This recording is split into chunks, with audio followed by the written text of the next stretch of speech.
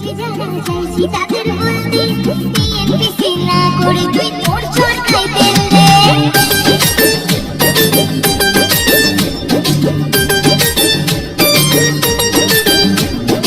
আমায় দেখে জ্বলছে জানা